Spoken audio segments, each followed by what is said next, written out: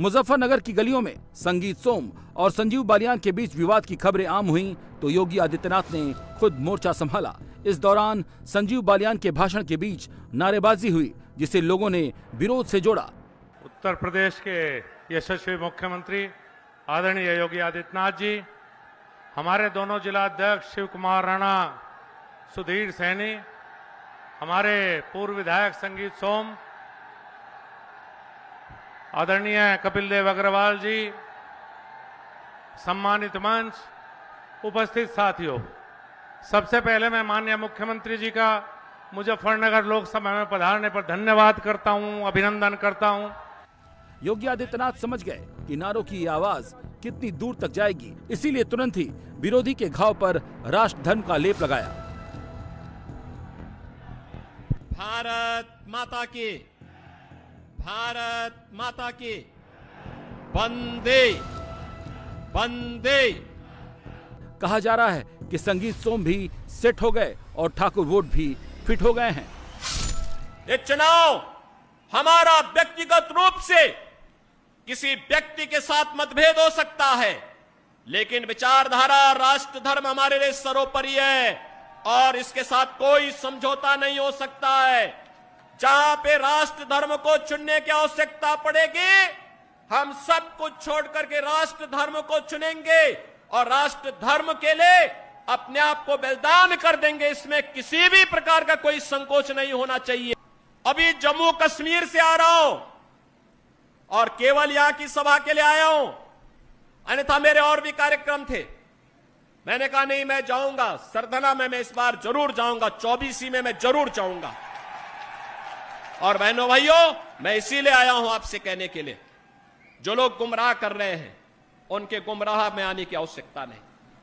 ये लोग कभी नहीं आएंगे। फिर जाति के सौदागर उपयोग करेंगे, बाद में सौदेबाजी करके गायब हो जाएंगे। दंगों के लिए बदनाम हुए मुजफ्फरनगर में लॉ एंड ऑर्डर को बीजेपी अपना विजय अस्त्र बना रही है। गुंडे माफियाओं को खुली चुनौती देकर योगी कमजोर वर्ग को साध रहे हैं। मैं आपको इस बात के लिए आश्वस्त करता हूं कि कोई माए के लाल बाल बांका नहीं कर सकता है। सुरक्षा की इतनी पुख्ता व्यवस्था हमने की है यूपी के अंदर। आज आप देखते होंगे बड़े बड़े दुर्दांत माफिया और अपराधी किस कदर उनकी दुर्गति हो रही है।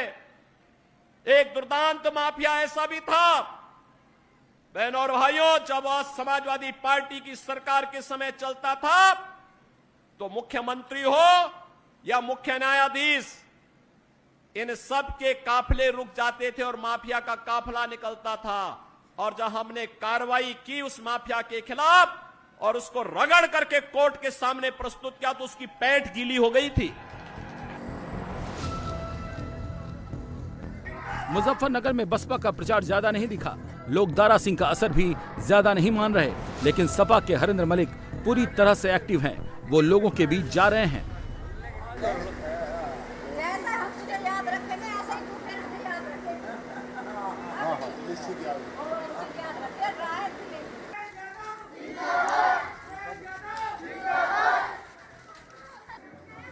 हरेंद्र मलिक को भी अच्छे से पता है चौधरी फैक्टर इस सियासी बैटल में कितना असर दिखाने वाला है। वो जानते हैं अगर जाट वोट नहीं बटा तो पलड़ा बीजेपी का भारी हो जाएगा। इसीलिए वो जहां भी जा रहे हैं अपमान वाली सियासत का जिक्र जरूर कर रहे हैं। तो बीजेपी विकास के नाम पर वोट मांग रही है। चौधरी चरण सिंह का सामान उठा कर सड़क पर फेंका था, वो क्या था? जो साहब के प्रतिमा पर आज तक, उनकी समाधि पर आज तक फूल चढ़ाने नहीं आए, ये सम्मान है। और फिर एक बात बताऊं, चौधरी चरण सिंह को आप जाति, धर्म और क्षेत्र की सीमाओं में नहीं बांध सकते। उन्हें किसान मसीहा का खिताब किसने दिया था? कौन सरकार ने दिया था? वो तो जनता ने ही दिया ना। तो वो किसान मसीहा हैं। भारत रत्न तो उन्हें इसलिए दिया गया कि ये 2-3 भारत रत्न इन्होंने हड़के लोगों को दे दिए। भारत रत्न का सम्मान बढ़ सके, लोग गंभीरता से ले भारत रत्न को। नहीं, नरसिम्हा राव पर भ्रष्टाचार का मुकदमा चला, उसे भारत रत्न दिया। अडवाणी जी पे मुकदमा चला, उसे भारत रत्न दिया। इसे आपके प्रणब मुखर्जी को भारत रत्न दिया। स्वामीनाथन की रिपोर्ट लागू नहीं, उसे भारत रत्न दिया।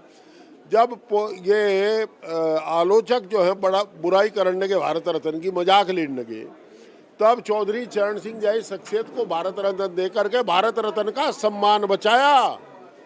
चरण सिंह को कुछ नहीं दिया। आप मुजफ्फरनगर जनपद में सब जगह घूम खाओ, आपको शायद ही कोई एक आधी कोई लिंक रोड हो बच रही हो, नजरों से तो बच रही होगी, नहीं आपको सब सड़कें बहुत अच्छी कंडीशन में मिलेंगी। आप मुजफ्फरनगर के हो तो मुजफ्फरनगर में इन्वर्टर की सब दुकान बंद होगी, कोई इन्वर्टर की दुकान इस समय मुजफ्फरनगर जनपद में नहीं है। बिजली, सड़क, पानी जो मूलभूत आवश्यकताएं हैं, रेलवे का काम, फ्रेट कॉरिडोर आपके जनपद से होकर गुजरा है, देखना एक माइलस्टोन सिद्ध होगा। भविष्य में इंडस्ट्रीज आएंगी, फ्रेट कॉरिडोर से बहुत बड़ा लाभ मुजफ्फरनगर जनपद को होगा। तो विकास की राजनीति की शुरुआत हुई है, बहुत कुछ बदल गया। कानून व्यवस्था ऐसी है कि आप रात के 12 बजे भी घूमिए, कोई आपको कुछ नहीं कहेगा। इवनिंग वॉक करते हुए बच्चियाँ मिलेंगी, नाइट वॉक करती हुई हमारी महिलाएं मिलेंगी। ये बड़ा बदलाव है 10 साल में। और कोई एक जाति कभी राजनीतिक परिणाम नहीं दे सकती, गांव का प्रधान भी नहीं बना सकती, सांसद तो बहुत दूर की बात है। दूसरी बात, पिछली बार सब साथ थे, इस बार बसपा अलग लड़ रही है और बसपा का अपना एक वोट बैंक आज भी है, पहले भी था, इसे स्वीकार करने में मुझे कोई गुरेज नहीं। तो तय वो कर लें कि कौन सा दूसरे पर रहेगा, कौन सा तीसरे पर रहेगा। भारतीय जनता पार्टी पहले नंबर पर।